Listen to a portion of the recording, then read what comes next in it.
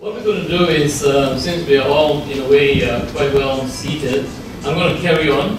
Sometimes we break at this point for people to have a bit of drink, but I think we'll carry on because this has been a very good, intense kind of sharing. So we'll carry on for a few more minutes with the dialogue, and I'm going to subject our writers to a few questions. Then after that, there'll be wine and cheese and other nibbles for you to imbibe and talk and get to know our writers.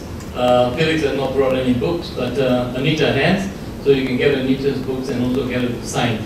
So let me begin with you, Anita. Yes. I sense that one of the things that came across quite strongly when you were talking about your own writing is a kind of comparison between those of us who center and write our pieces in Singapore and maybe chiefly about Singapore, vis-a-vis the others that are more global. And I think you position yourself as a global person. That's right. So let me be a little bit naughty and ask, so why should a Singaporean read you when there's not much Singaporean sort of subject matter or themes that are immediately obvious in your poetry? Or am I getting it all wrong? Oh, you're not getting it wrong at all. Why should a Singaporean want to read about me? Because I know what a Singaporean's like.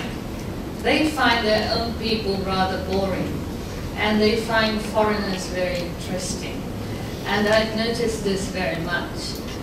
Whether it's a Kiasu mentality or whatever mentality it is, Singaporeans are very interested in people, chiefly who come from Europe, and now they're more adventurous. They're interested in people and writers from South America, like Gabriel Garcia Lopez, and even the wonderful lady who wrote like Water for Chocolate or something like that was turned into a film.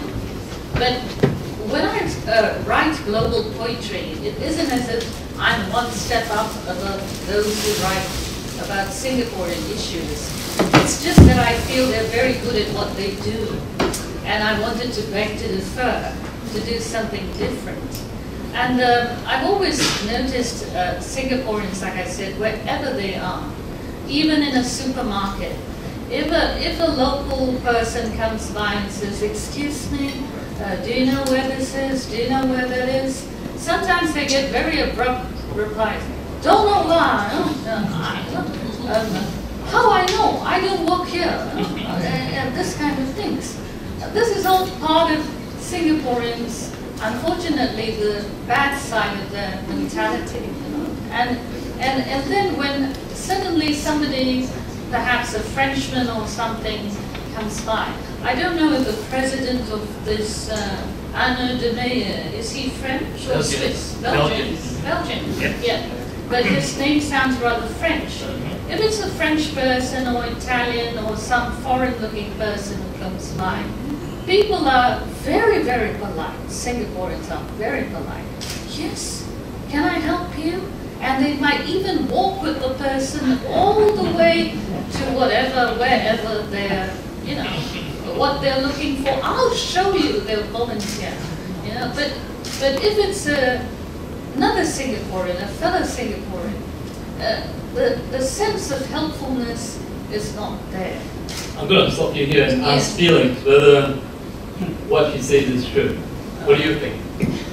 Yes, I think because it boils down to face, isn't it? It's a very Chinese thing. We like to appear helpful to the foreigner. So as a result, we go out of our way to help others who are foreigners. And I'm a little bit guilty of that as well. I think I can distinctly remember, showing this very pretty girl. I think she's from Poland. Yeah, Poland. Was it because she was pretty? There's a catch here, and of course, it helps that she is photogenic. Wow. So I was showing her how to get to the East Coast Park. And you enjoyed that experience? But of course, as any straight man would. But I do get out of my way sometimes to help Singaporeans. Yes. So I think maybe not fair to say every Singaporean does that. Yes, I don't say every, but I've noticed that quite a number do in all these decades. I've seen them and watched them in action. Actually, it can be quite comical because You know, when they'll ask me, like forever, ever since I've been living in Singapore, where do you come from? So I say I come from Venus. You know? And sometimes I say I'm out of this solar system. You know, and I'm from some planet, but I don't know which planet that is. It can't be the third rock from the sun. But, so, do they carry on talking or they move away? no, they're very interested then. Even more and more interested. It's just like one of my friends back there, Duncan Watts. Have you heard of him? Yes. Yes. So you see, he had the idea that a lot of people haven't heard of him or have forgotten him when he was the pioneer broadcaster for the then SBC. But being very humble, he's hiding right behind there in the back row. And I guess that embarrassed beyond words. Duncan, you are a legend. I grew up listening to you. Well, even when I met Duncan, I have to say that was, I think in 1993, January the 15th.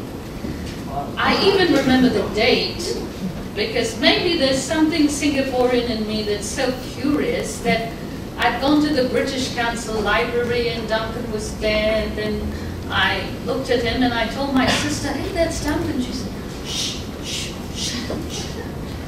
And she said, don't make so much noise. And things like that. But it didn't stop me. You know, I went and said I want an autograph for one of your books, Trouble in Tristan. And he was very obliging, but I didn't have the book with me. I had come back on another day. And he was still very obliging, you know, because English is our cup of tea, right? That was the slogan for the British Council, where he used to work. And so English as well, right? Duncan, do you want to say a few words? Or anybody from the audience wants to say a few words or ask a question? Otherwise I'll pursue. I'll carry on. No, so Felix, let me just turn to you. Yep. I mean, your poems are a wonderful mix of what I may call simply high and low emotions. When you modulate the high with the low, so that no one accuses you of being excessive. You know how literary pundits are very, eager to find a flaw, and so he suffers from an excess. Now, Singaporeans have a rather particular view of poetry, which I think Anita rightly said is probably derived from our learning the so-called English canon from a young age.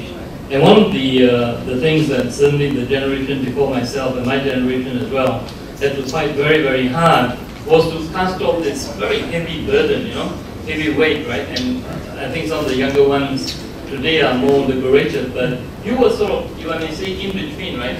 So how did that whole burden thing sort of affect you in your writing, as well as when you went to Australia to do the masters? Yeah. I guess it affected me in some measure because, Kapil, you're right, I was kind of stuck between the younger writers like Alvin Pang and Alvin Saad, and the older writers like Ko Bang Song and first itself. But to me, language has always been, I didn't have a kind of colonial hangover in terms of using the language. I was confident of using it. It was de facto my mother tongue, even though I grew up speaking Cantonese first. So I didn't quite have this emotional baggage with the language. I was free to play with it. In fact, precisely because I didn't have a hangover, that's why I tore at it. I tore the language apart in ways that allow me to pun and play excessively with words. With words, Yeah. all the time. Thanks. Anita, do you want to say anything quickly about this? This No, paradox, yeah. I'd just like to say that I wouldn't say that I've ever suffered from a colonial hangover because I've never had drinks with Duncan Watt. So it's hard to suffer from a colonial hangover unless you're with a colonial. But, Maybe after this. I know that's what this lounge is for. I see some appetizing things at the back. But I would say that, just as Professor Kirpal said, you see, who owns the English language? The English do. The British do. History is unfortunately not changeable. So, of course, we set our standards very high in Singapore. And like your generation, and I dare not say what my generation is, but whatever generation even I come from, we learned these because they set the standard for what poetry should be like it is set. Of course, this is the 50th year of Singapore's birthday, right? So I mean that in this 50th year, more than ever perhaps, the voices of Felix, Professor Kirpal, who has been trying his very best to break these stereotyping, racial stereotyping or racial profiling, or what a Singaporean should be like, or what poetry should be like. I think it's the task for people like me too, because as a postmodernist, you keep inventing, and you don't just stick to the rules. But I have to say that when you start out, you have to follow a bit of the rules, and whether you like it or not. Thanks, yeah. Well, I would like to add that this is what you should do with the English canon. Just fire the cannon.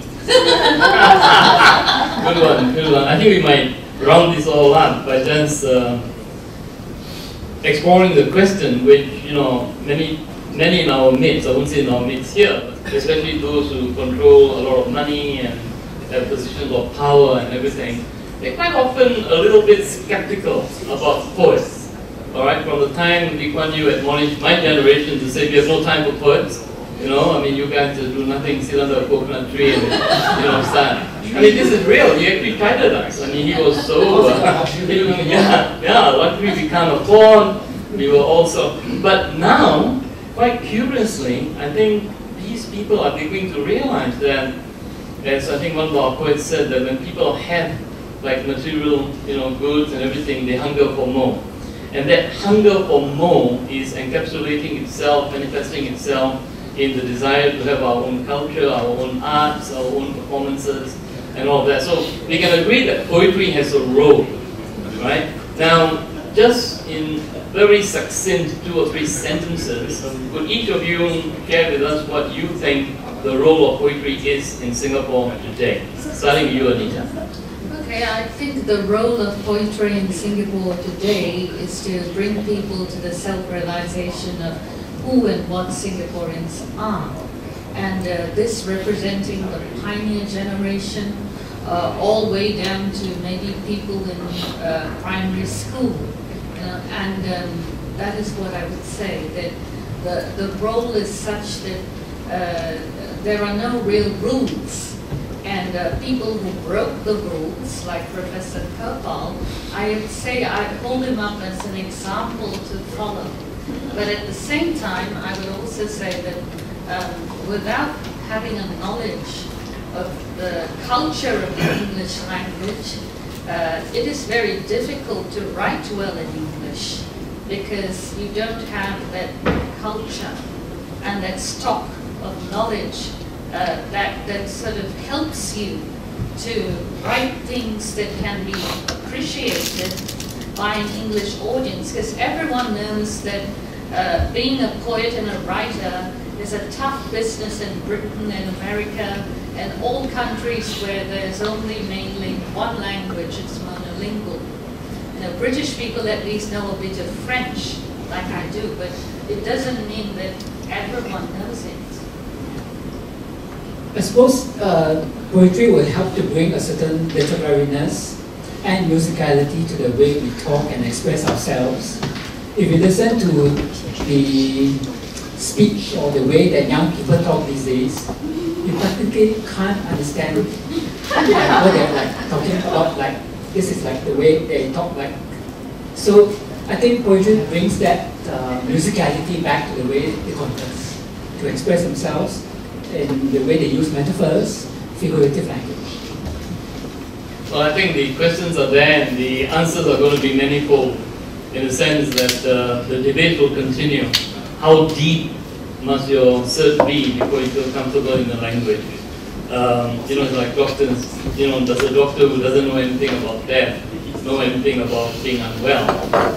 These are questions that probably have no real answers, but maybe with some spirits flowing and a little bit of nibbles and some good close networking and friendship, we can try to find some answers for ourselves.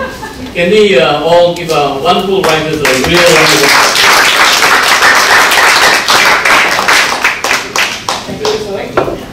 Thanks, guys.